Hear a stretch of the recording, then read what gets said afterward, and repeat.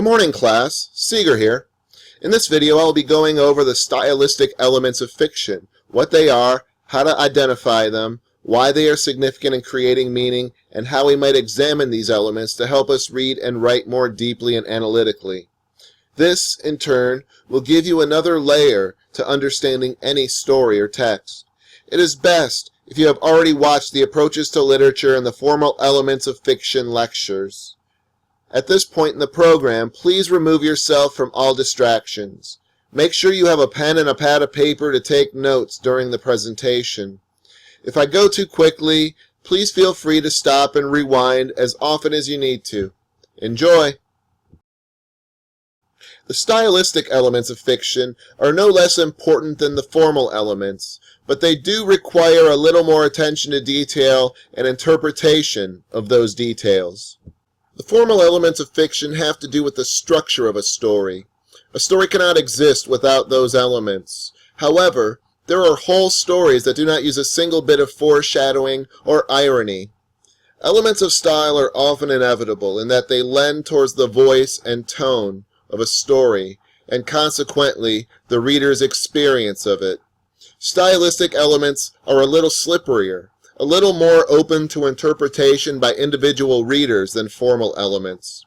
Also, with stylistic elements, you need to look at specific passages for these elements and qualify how they are being used. For example, every author uses diction. Therefore, the thesis, "The story used diction," is a very bad thesis. Same with tone. Every story has tone. Is it a somber tone? A happy tone? You need to get descriptive. Often the stylistic elements of a story, or a play, or a poem are only apparent and important to the reader in making an emotional and personal connection to that story. Literary allusions are instances when an author, through a character or a narrator, refers to another literary text. What this does for those who get the allusion is to create another layer and a different context to the work. A very long footnote, if you will, while sometimes putting the alluded to text in a new context. Although all sorts of texts are alluded to in contemporary literature, Shakespeare and the Bible are the most used. For example, consider this biblical allusion. "I felt like David fighting Goliath when I went into the bank to get approved for a loan." Now, this allusion most likely doesn't mean I am going to hurl stones at the bankers and then chop their heads off, but that I feel outgunned, yet still determined to confront them and give it my best shot. This may be a simile, but it is also a biblical allusion. A text can also make a historical allusion, references to points, figures, and events in history. The danger with literary allusions is that if someone hasn't read the alluded to text, then they are left out in the cold. You don't like it? Do allusions intimidate you? Google is a wonderful thing. Often stories or poems that make frequent allusions suggest something about their intended audience and what will be familiar to them. This may suggest the author's background, core values and beliefs, expectations, and attitude towards the readers. I've found that many students tend to see everything as a symbol, because nearly everything in a story might be representational. However, not everything that has significance or meaning in a story is a symbol. Images are also ripe with interpretive possibilities. Here's the difference. Two major types of imagery exist, the literal and the figurative. Literal imagery is purely descriptive, representing an object or event with words that draw on or appeal to the kind of experiences gained through the five senses. Figurative imagery is not meant to be part of the setting, however, but it is used to establish tone and voice, and also to show relationships between unrelated things. Usually, the stranger the connection between two things, the more the author wants us to think about the nature of that connection. If we use symbols in real life, then it makes sense to use symbols and symbolic acts in literature to represent larger and more complicated ideas. Symbols rarely represent a single idea, though. They require our interpretive skills to make sense of them on an abstractly representational level, and many of us will interpret these things depending on our personal interactions with the symbol, as well as its context in the story. Symbols can have a multitude of meanings even within a given text.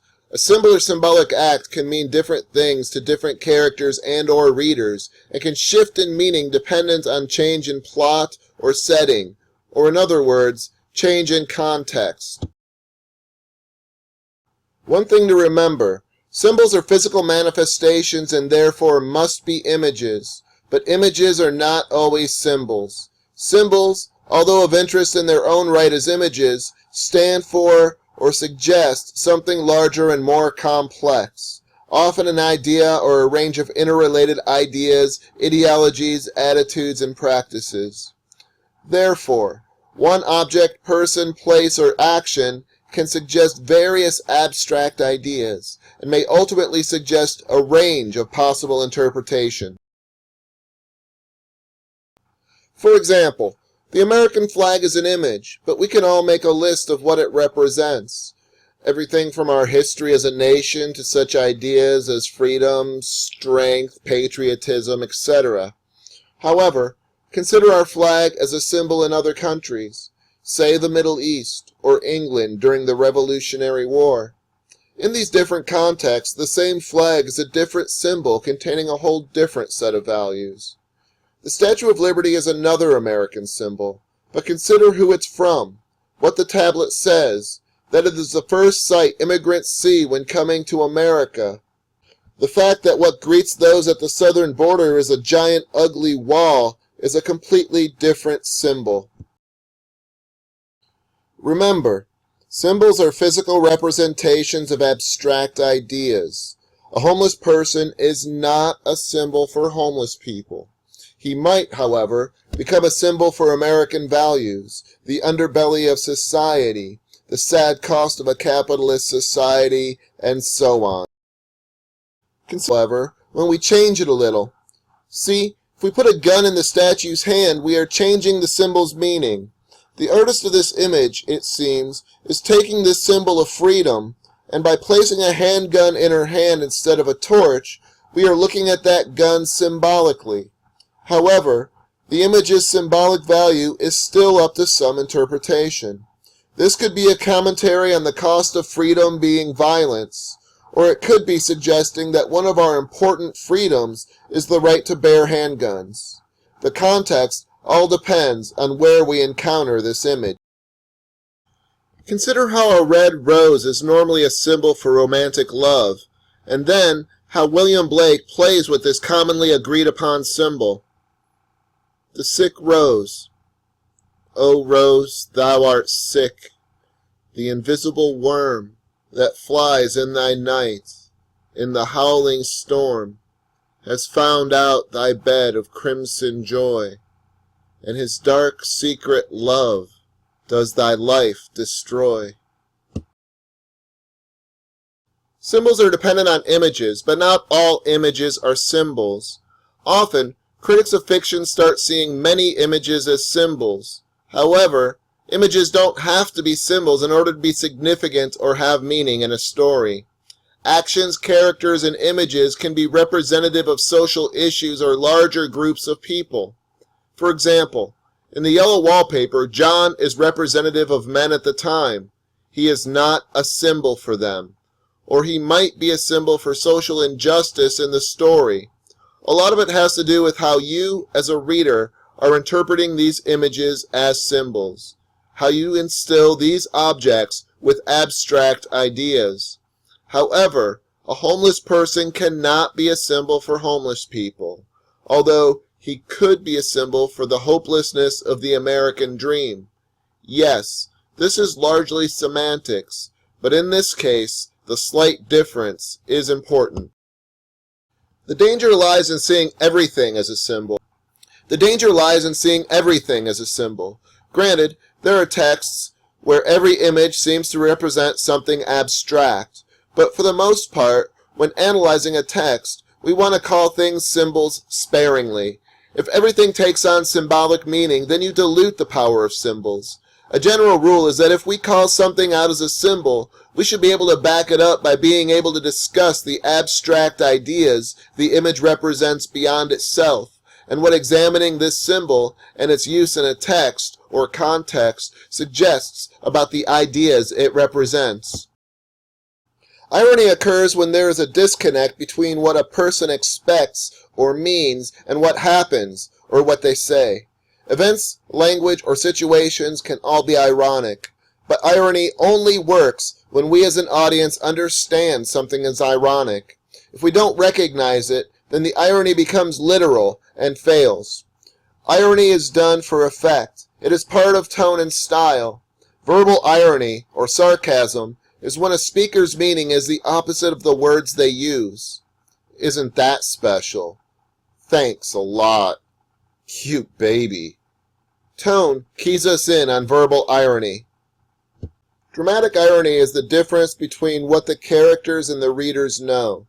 When everyone goes to Iago for relationship advice in Othello, we see the irony as the viewers because we know he's trying to cause trouble. In dramatic irony, a character's words or actions can come back to haunt them, as the saying goes. The irony can play out in either comic or tragic ways. In The Story of an Hour, the phrase, "the joy that kills," is dramatic irony, but it is also structural, because it is the taking away of her joy or freedom, not the sudden joy of her husband being alive, that kills her. Structural irony invites the reader to probe beneath surface statements or appearances. Sometimes this has to do with an unreliable narrator or an overall satirical point of view.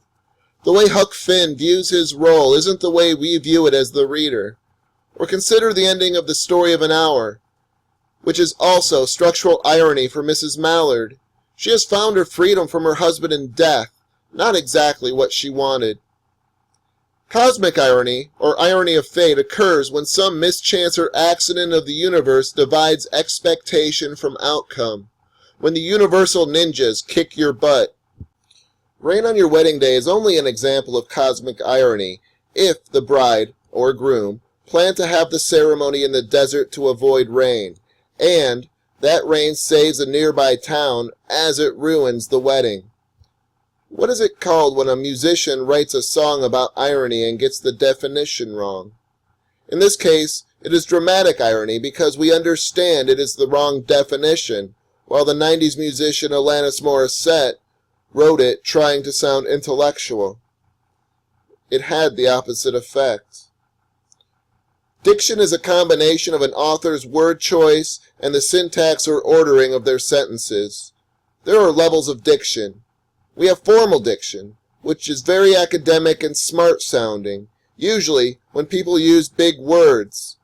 Then there is popular diction, or what you might call mainstream diction.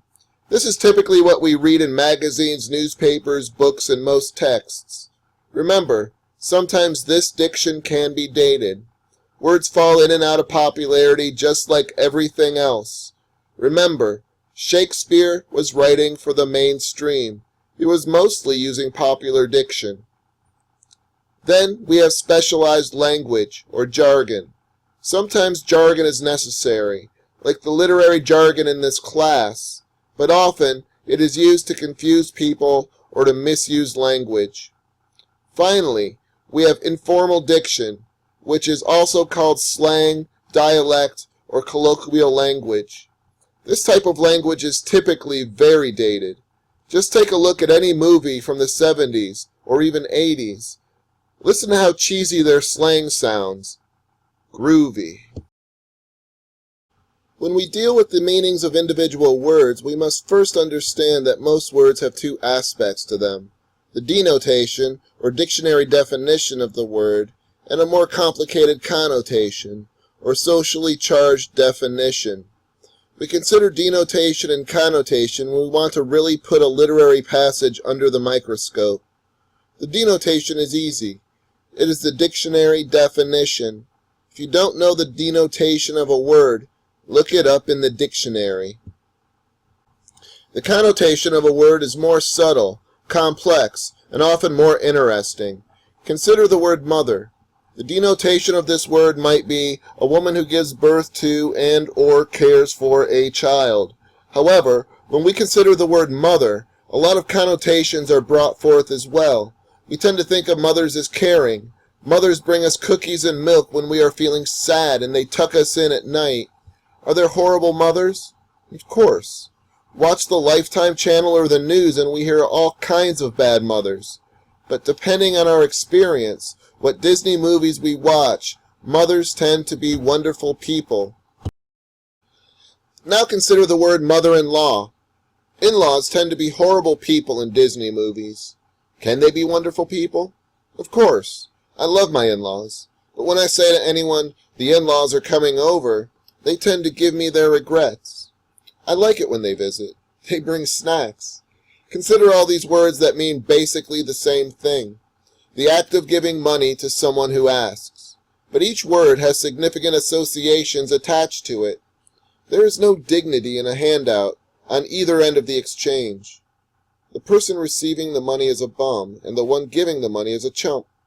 A donation implies a dignity and generosity on the giver's part, while a contribution feels more like support for a particular endeavor.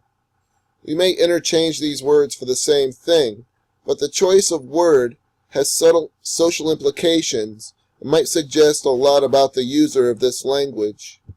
Consider some of these other pairings of words. How is each similar? How is each subtly different? What situation would you use each in? Consider all of these words that mean basically the same thing. Tone is dependent upon the choice. Consider especially the pairing of the words nerd, geek, spaz, dweeb, and dork. On the surface, all these phrases have a nearly identical denotation. However, when we think back to high school, and maybe even of ourselves in high school, we begin to notice the subtle differences between these terms. Nerds tend to be fashion backwards but very academic. Think Bill Gates and the guys from Google. Geeks, on the other hand, tend to know a lot about popular culture and spend their time immersed in that culture. A geek will know all the Harry Potter spells by heart, but won't finish their math homework. On the left is a geek artifact. This turned in as their final 102 paper. It did not pass. A spaz, however, is unpopular because they try too hard. Dorks and dweebs are similar in that they both let their mothers dress them. Tone is dependent upon the author's choice in terms of all these stylistic elements. Tone is essentially those characteristics of a piece of writing that create a mood or show the attitude of the author towards the audience, subject matter, and or characters. It is not just what is said, but how it's said that helps us understand a text. Tone can be serious, somber, immature, playful, funny, sad, sympathetic, angry, mocking, ironic, seriously playful, ironically sad, mocking, sad, playful, angry, and so on. Just as a tone has many nuances and gradations, so does voice. In fact, tone and voice are interconnected.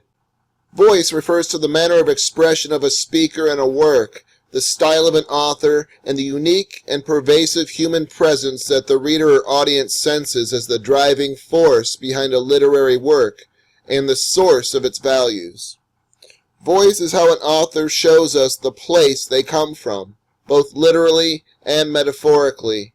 Much, if not all, works marked as Southern literature can be differentiated by setting, but also by a distinct voice. Consider the voice of the story A&P. The author paints Sammy, in several instances, as a knight slaying the evil store owner and putting up with the customers who are referred to as witches. This gives us a sense of what the story values, if not always the author. Tone and voice work together